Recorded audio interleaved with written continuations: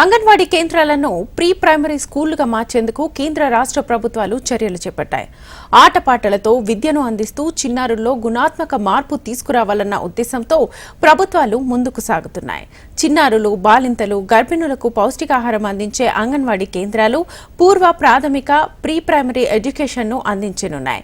కామారెడ్డి జిల్లాలో 1100 అంగన్వాడీ కేంద్రాల్లో 352 కేంద్రాలు మొదటి విడత ప్రతిపాదనలు పంపారు.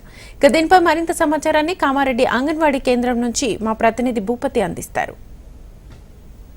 కేంద్ర ప్రభుత్వం ఇటు రాష్ట్ర ప్రభుత్వం అంగన్వాడీల్లో ప్రీ ప్రైమరీ ఎడ్యుకేషన్ను అభివృద్ధి చేసేందుకు ప్రయత్నాలు చేస్తుంది. ఇప్పటికే రాష్ట్ర ప్రభుత్వము కేంద్ర ప్రభుత్వం కూడా దీనికోసం ప్రత్యేక నిధులను కూడా కేటాయిస్తున్న పరిస్థితి నెలకొంది. ఇప్పటికే దీనికోసం ప్రతిపాదనలు కూడా రూపొందించినట్టు తెలుస్తుంది. అంగన్వాడీల అభివృద్ధి కోసం, అదేవిధంగా ప్రీ ప్రైమరీ ఎడ్యుకేషన్ను కొనసాగించేందుకు, డ్రాప్అవుట్స్ను తగ్గించేందుకు కూడా ఈ విధానాన్ని రూపొందించే ప్రయత్నాలు చేస్తుంది. ఇటు మనం కామారెడ్డి జిల్లా కేంద్రంలోని రాజీవ్ నగర్ కాలనీలో కూడా అంగన్వాడీ కేంద్రంలో ఉన్నాం. ఇక్కడ సెంటర్ ఏ విధంగా కొనసాగుతుంది తెలుసుకునే ప్రయత్నం చేద్దాం.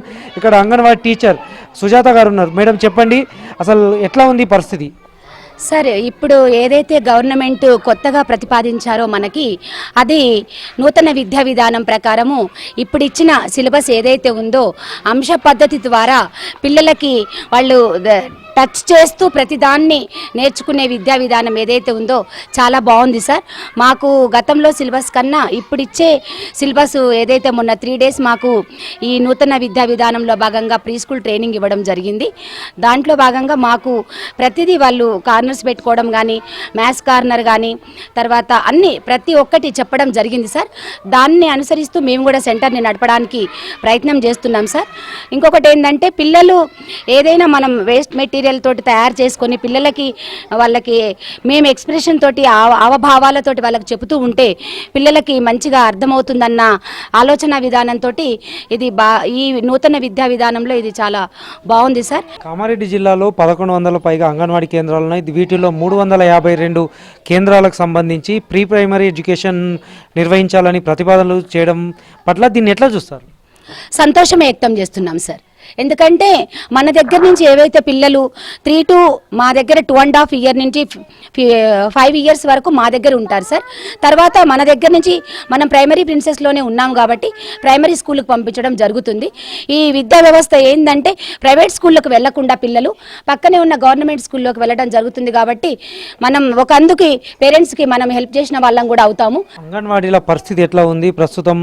ఆయాలు, అదేవిధంగా స్టాఫ్ కొరత ఏ విధంగా ఉంది, అదేవిధంగా సమస్యలు ఏ విధంగా ఉన్నాయి, మన సమస్యలు ఉన్నాయి ఇక్కడైతే ప్రజెంట్ నా సెంటర్లో అయితే నాకు ఎలాంటి సమస్యలు లేవు సార్.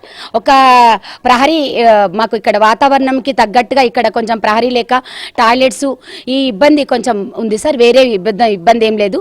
మా హెల్పర్ కానీ నేను కానీ మాకు ఎలాంటి ఇబ్బంది లేదు. అంగన్వాడీల అభివృద్ధి కోసం ప్రభుత్వాలు చర్యలు చేపడుతున్నాయి. ఇప్పటికే ప్రీ ప్రైమరీ ఎడ్యుకేషన్ను బలోపేతం చేయడం, డ్రాప్అవుట్స్ను నివారించడం, అదేవిధంగా పౌష్టికాహారాన్ని అందించడం, విద్యార్థుల మనోభావాలకు అనుగుణంగా విద్యాభ్యాసం చేయడం వంటి కార్యక్రమాలను రూపొందించే ప్రయత్నం ప్రభుత్వాలు చేస్తున్న నేపథ్యంలో ఇప్పటికే అనేక ప్రతిపాదనలు కూడా రూపొందించిన పరిస్థితి నెలకొంది. అయితే కేంద్ర రాష్ట్ర ప్రభుత్వాలు చేస్తున్న ప్రతిపాదనల పట్ల హర్షం వ్యక్తమవుతున్న పరిస్థితి నెలకొంది. కెమెరా పర్సన్ కళ్యాణ్తో భూపతి, HM TV, కామారెడ్డి జిల్లా.